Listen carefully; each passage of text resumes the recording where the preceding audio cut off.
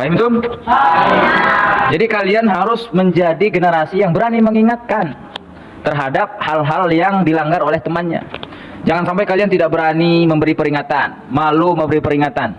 Nggak berani pak, takut dimarahin sama dia, takut dianya pundung, takut dianya menjauh. Tidak boleh, harus berani. Kehancuran itu terjadi di suatu tempat, aturan-aturan tidak dijalankan, aturan-aturan itu dilanggar. Salah satu penyebabnya apa? Karena diamnya orang yang menyaksikan pelanggaran.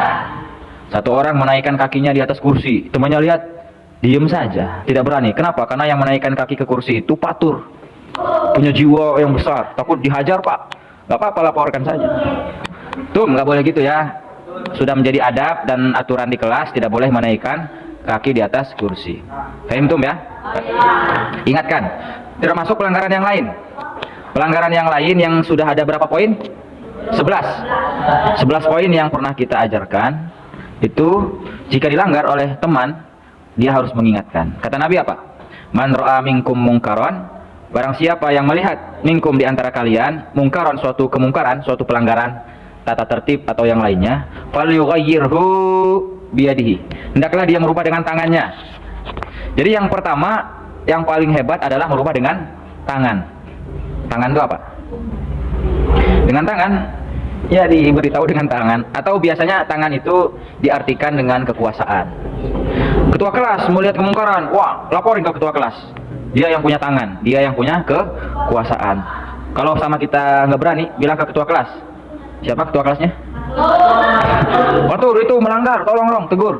Anda itu ketua kelas, punya tangan, punya kekuasaan. Ditegur oleh patur. Paturnya nggak berani, laporkan lagi kepada yang punya tangan di atasnya lagi. Siapa? Wali kelas. Laporkan ke Pak Aidil. Pak, itu nggak bisa diomongin pak. Yang merubah dengan tangan atau kekuasaan. Fa'ilam yastati' fabilisani, fa'ilam yastati', jika dia tidak mampu dengan apa tadi? Lisan, dengan tangan. Fabilisani, maka hendak dia merubah dengan lisan. Minimal dengan lisan. Senggol dong. Ada yang melanggar, kasih tahu. Tuh, nggak boleh.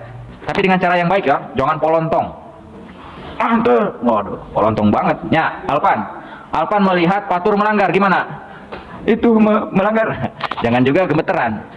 Ya, dengan lisan, pelan-pelan. Tum, ya akhi, wahai saudara, maaf ya tadi antum melanggar. Itu yang ketiga. Yang ketiga, fa'ilam yastati fabiqalbihi. Dengan tangan nggak bisa, dengan lisan juga nggak berani. Maka biqalbihi, dengan fabiqalbihi, maka dengan hati. Minimal kalian membenci pelanggaran. Tuh contohnya Rifki molek tuh, Rifki bercanda sama Azril. Kalian tidak berani dengan tangan, tidak berani. Tidak berani juga dengan lisan, minimal membenci perbuatan itu dari dalam hati. Wadzalika ad'aful iman, itu adalah keimanan yang paling lemah.